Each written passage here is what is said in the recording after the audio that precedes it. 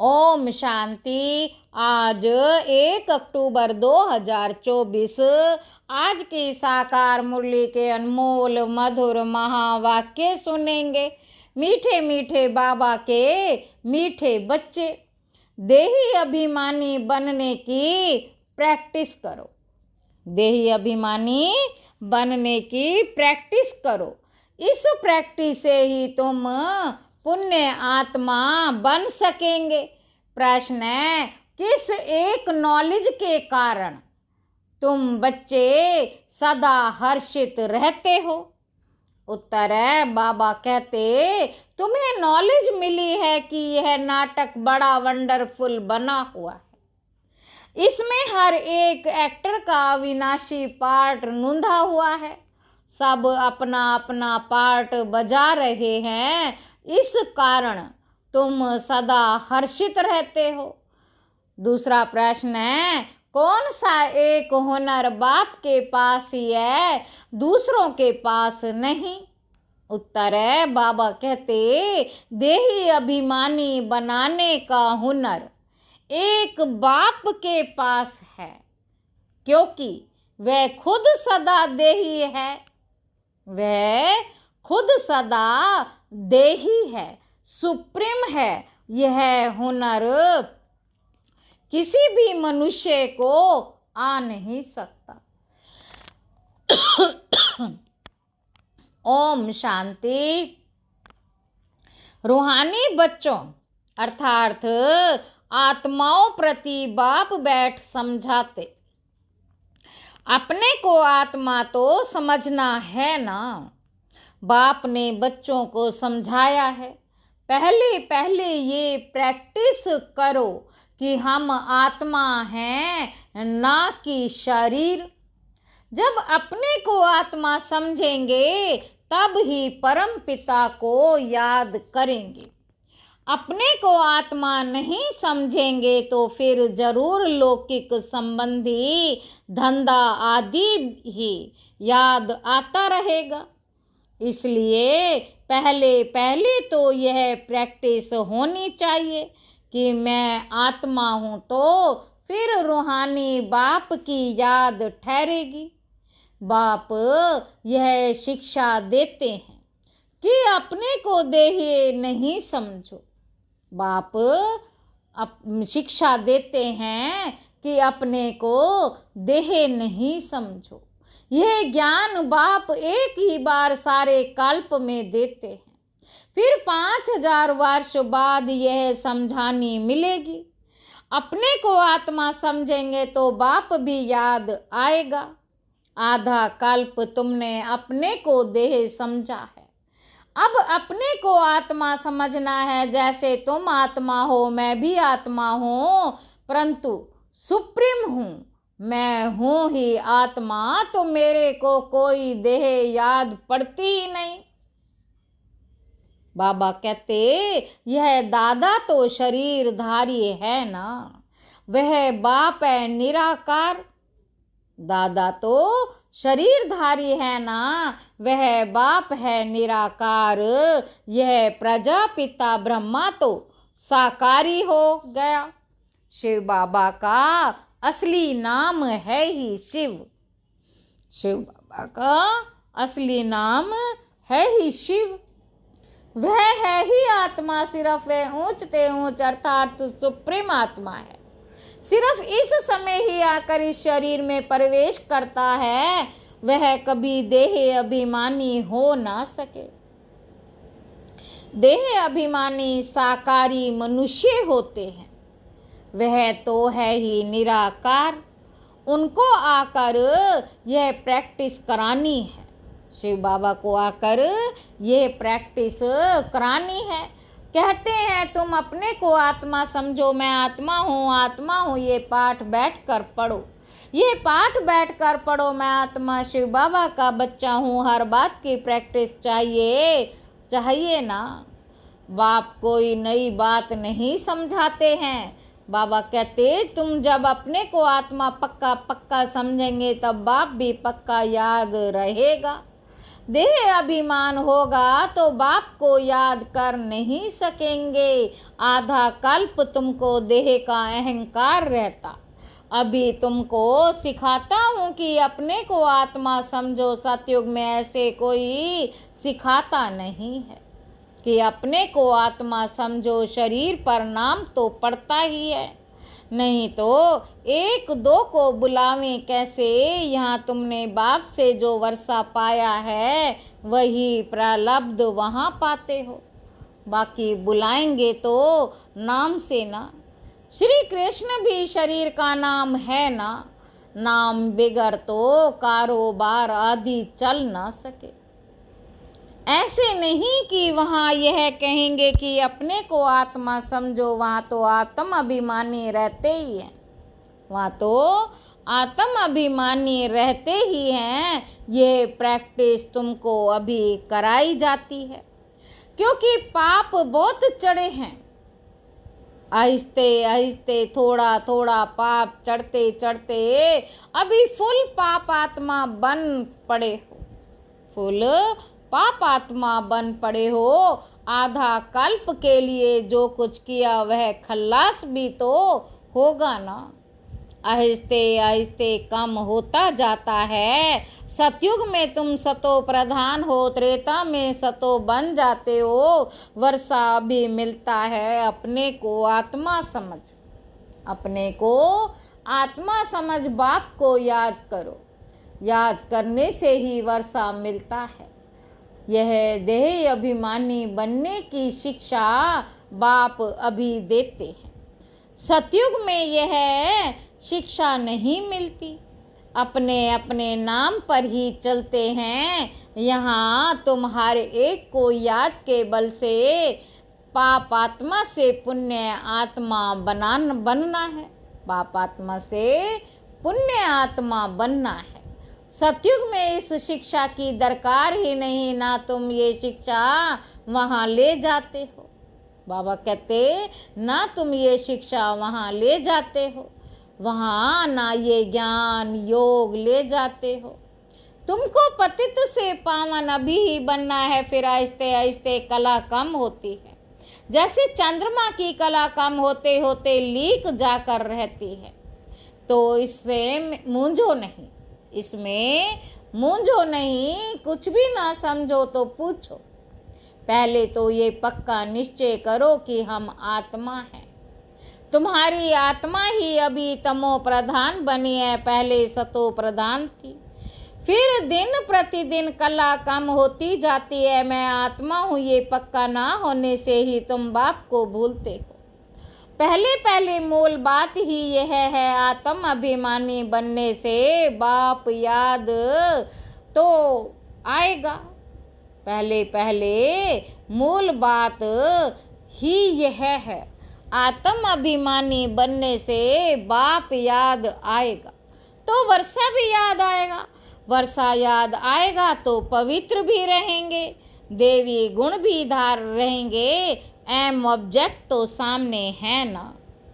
M object तो सामने है ना। यह है गॉडली योनावृष्टि। भगवान पढ़ाते हैं। देही अभिमानी भी वही बना सकते और कोई भी ये हुनर जानता ही नहीं है।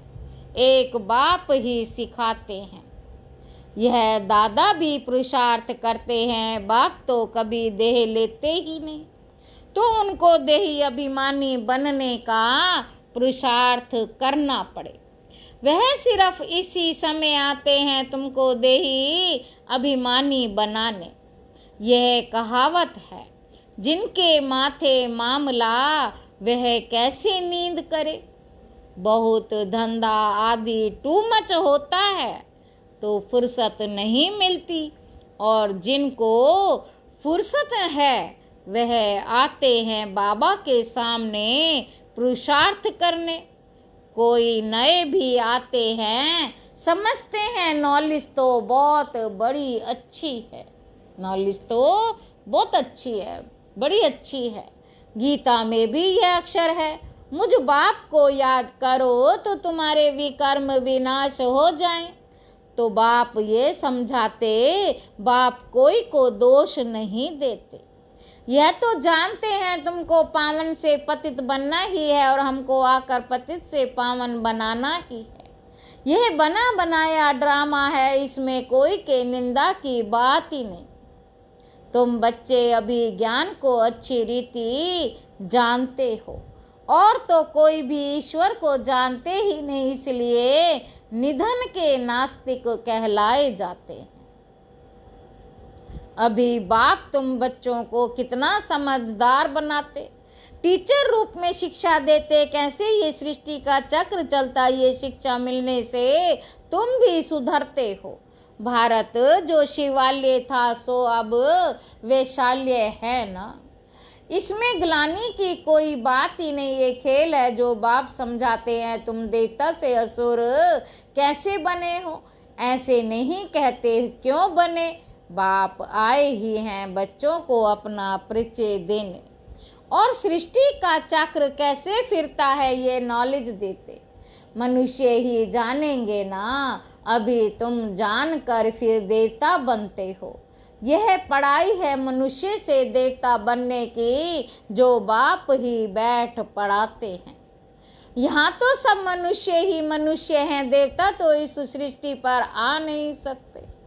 जो टीचर बनकर पढ़ाए, पढ़ाने वाला बाप देखो कैसे पढ़ाने आते हैं। गायन भी है, परम पिता परमात्मा कोई रथ लेते हैं। ये पूरा नहीं लिखते कि कौन सा रथ लेते, त्रिमूर्ति का राज भी कोई समझते नहीं। परम पिता अर्थात परम आत्मा वह जो है सो अपना परिचय तो देंगे ना। अहंकार की बात ही नहीं, ना समझने के कारण कहते हैं। इनमें अहंकार है, ये ब्रह्मा तो कहते ही नहीं कि मैं परमात्मा हूँ। यह तो समझ की बात है, यह तो बाप के महावाक्य हैं। अब सभी आत्माओं का बाप एक है, इनको दादा कहा जाता है। ये भाग्यशाली रथ है ना, नाम भी ब्रह्मा रखा है क्योंकि ब्राह्मण चाहिए ना। आदि देव प्रजापिता ब्रह्मा है, प्रजा का पिता है। अब प्रजा कौन सी? प्रजापिता ब्रह्मा शरीरधारी है तो एडॉप्ट किया ना। बाबा कहते बच्चों को शिव बाबा समझाते हैं, मैं अडॉप्ट नहीं करता हूँ, तुम सब आत्माएं तो सदैव मेरे बच्चे ही हो, मैं तुमको बनाता नहीं हूँ, मैं तो तुम आत्माओं का अनादि बाप हूँ। बाप कितना अच्छी रीति समझाते हैं, फिर भी कहते अपने को आत्मा समझो, तुम सारी प्राणी दुनिया का संन्यास करते हो। बुद्धि से जानते हो सब वापस जाएंगे इस दुनिया से, ऐसे नहीं संन्यास कर जंगल में जाना है। सारी दुनिया का संन्यास कर हम अपने घर चले जाएंगे, इसलिए कोई भी चीज याद ना आए सिवाय एक बाप के। 60 वर्ष की आयु हुई तो फिर वाणी से परे वानप्रस्थ में जाने का पुरुषार्थ करना चाहिए। यह वानप्रस्थ की बात है। अभी की भक्ति मार्ग में तो वानप्रस्थ का किसी को पता ही नहीं। वानप्रस्थ का अर्थ नहीं बता सकते, वाणी से परे मूल वतन को कहेंगे। वाणी से परे मूल वतन को कहेंगे, वहाँ सभी आत्माएं निवास करते हैं। तो सबकी वानप्रस्थ अवस्था है, सबको जाना है घर। शास्त्रों में दिखाते हैं आत्मा भ्रुकुटी के बीच चमकता हुआ सितारा है। कई समझते आत्मा अंगूठे मिसल है, अंगूठे मिसल को ही याद करते, स्टार को याद कैसे करें, पूजा कैसे करें। तो बाप समझाते हैं तुम देह अभिमान में जब आते हो तो पुजारी बन जाते हो। भक्ति का समय शुरू होता है, उसको भक्ति कल्ट कहते हैं। ज्ञान कल्ट अलग है, ज्ञान और भक्ति इकट्ठे नहीं हो सकते। दिन और रात इकट्ठे नहीं हो सकते। दिन सुखों का आ जाता, रात दुख अर्थात भक्ति को कहा जाता। कहते हैं प्रजापिता ब्रह्मा का दिन और फिर रात, जो प्रजा और ब्रह्मा दोनों। प्रजा और ब्रह्मा जरूर दोनों ही इकट्ठे होंगे ना। तुम समझते हो हम ब्राह्मण ही आधा कल्प सुख भोगते, फिर आधा कल्प दुख। ये बुद्धि से समझने की बात है। यह भी जानते हो सब बाप को याद नहीं कर सकते, सब बाप को याद नहीं कर सकते, फिर भी बाप खुद समझाते रहते। अपने को आत्मा समझो और मुझे याद करो तो तुम पावन बन जाएंगे। यह पैगाम सबको पहुंचाना है। सर्विस करनी है। जो सर्विस ही नहीं करते तो वे फूल नहीं ठहरे। बागवान बगीचे में आएंगे तो उनको फूल ही सामने चाहिए। बागवान बगीचे में आएंगे तो उनको फूल ही सामने चाहिए। जो सर्विसेबल है, बहुतों का कल्याण करते, जिनको दे अभिमान है, वे खुद भी समझेंगे हम फूल तो हैं नहीं। वे खुद ही समझेंगे। जो देह अभिमानी है, जो देह अभिमान है, वे खुद ही समझेंगे हम फूल तो हैं नहीं। बाबा के सामने तो अच्छे अच्छे फूल बैठे, तो बाप की उन पर नजर जाएगी। डांस भी अच्छा चलेगा। डांसिंग गर्ल का मिसाल है। स्कूल में भी टीचर तो जानते हैं ना, कौन नंबर 1, कौन नंबर 1, कौन नंबर 2, 3 में है, कौन नंबर 1 में है, कौन नंबर 2 में है, 3 में है। बाप का भी अटेंशन सर्विस करने वालों की तरफ ही जाएगा। दिल पर भी वह चढ़ते हैं। डिस सर्विस करने वाले थोड़े ही दिल पर चढ़ते हैं। बाप पहली पहली मुख्य बात समझाते, अपने को आत्मा निश्चय करो, तब बाप की याद ठहरेगी। देह अभिमान होगा तो बाप की याद ठहरेगी नहीं। लौकिक संबंधियों तरफ, धंधे धोरी तरफ बुद्धि चली जाती है।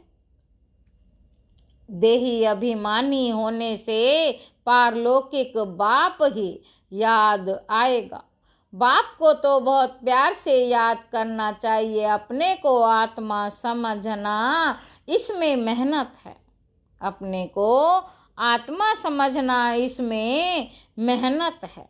एकांत चाहिए। 7 रोज की भट्टी का कोर्स बहुत कड़ा है। कोई की याद ना आए, किसी को पत्र भी नहीं लिख सकते। ये भट्टी तुम्हारी शुरू की थी, यहाँ तो सबको रख नहीं सकते। इसलिए कहा जाता है घर में रहकर प्रैक्टिस करो। भक्त लोग भी भक्ति के लिए अलग कोठी बना देते हैं। अंदर कोठरी में बैठ माला सिमरते हैं। तो इस याद की यात्रा में भी एकांत चाहिए। एक बाप को ही याद करना है। इसमें कुछ जबान चलाने की भी बात नहीं। इस याद के अभ्यास में फुर्सत चाहिए। बाबा कहते, तुम जानते हो लौकिक बाप है हद का क्रिएटर, यह है बेहद का प्रजापिता। ब्रह्मा तो बेहद का ठहराना। बच्चों को एडॉप्ट करते हैं, शिव बाबा एडॉप्ट नहीं करते। उनके तो बच्चे सदैव हैं ही। तुम कहेंगे शिव बाबा के हम बच्चे, आत्माएं अनादि हैं ही। ब्रह्मा ने तुमको एडॉप्ट किया। हर एक बात अच्छी रीति समझने की है। बाप रोज रोज बच्चों को समझाते हैं, कहते हैं बाबा याद नहीं रहती, बाबा याद नहीं रहती। बाप कहते इसमें थोड़ा समय निकालना चाहिए। कोई ऐसे होते जो बिल्कुल समय दे नहीं सकते। बुद्धि में काम बहुत रहता, फिर याद की यात्रा कैसे हो। बाप समझाते हैं, मूल बात ही ये है, अपने को आत्मा समझ, मुझ बाप को याद करो तो तुम पावन बन जाएंगे। मैं आत्मा हूँ, शिव बाबा का बच्चा हूँ। यह मन मना भाव हुआ ना, इसमें मेहनत चाहिए। आशीर्वाद की बात नहीं, ये तो पढ़ाई है। इसमें कृपा व आशीर्वाद नहीं चलती। मैं कभी तुम्हारे ऊपर हाथ रखता हूँ क्या? बाबा कहते, तुम जानते हो बेहद के बाप से हम वर्षा ले रहे। अमर भव, आयुष्मान भव, इसमें सब आ जाता। तुम फुल एज आयु पाते हो, वहां कभी अकाले मृत्यु नहीं होती है। वर्षा कोई साधु संत आदि दे ना सकता। वह कहते हैं पुत्रवान भव, तो मनुष्य समझते उनकी कृपा से बच्चा हुआ। बस जिनको बच्चा नहीं होगा वे जाकर उनका शिष्य बनेंगे। ज्ञान तो एक ही बार मिलता है। बाबा कहते, यह है अव्यभिचारी ज्ञान, जिसकी आधा कल्प प्रारब्ध चलती है, फिर है अज्ञान। भक्ति को अज्ञान कहा जाता। हर एक बात कितना अच्छी रीति समझाई जाती है। बाबा कहते, हर एक बात कितना अच्छी रीति समझाई जाती है। अच्छा, मीठे मीठे सिक्की लदे बच्चों प्रति माता पिता बाप दादा का याद प्यार और गुड मॉर्निंग। रूहानी बाप के रूहानी बच्चों को नमस्ते। हम रूहानी बच्चों की रूहानी बाप दादा को याद प्यार और गुड मॉर्निंग। नमस्ते बाबा, नमस्ते, शुक्रिया बाबा, शुक्रिया। धारणा के लिए मुख्य सार पहला पॉइंट है अभिमान प्रस्थ अवस्था है, इसलिए बुद्धि से सब कुछ संन्यास कर एक बाप की याद में रहना है। एकांत में बैठ अभ्यास करना है। हम आत्मा हैं, आत्मा हैं। दूसरा पॉइंट है सर्विसेबल फूल बनना है। देह अभिमान वश ऐसा कोई कर्म नहीं करना है जो डिस सर्विस हो जाए। बहुतों के कल्याण के निमित्त बनना है। थोड़ा समय याद के लिए अवश्य निकालना है। वरदान है परमात्म ज्ञान की नवीनता, पवित्रता को धारण करने वाले सर्व लगावों से मुक्त भाव।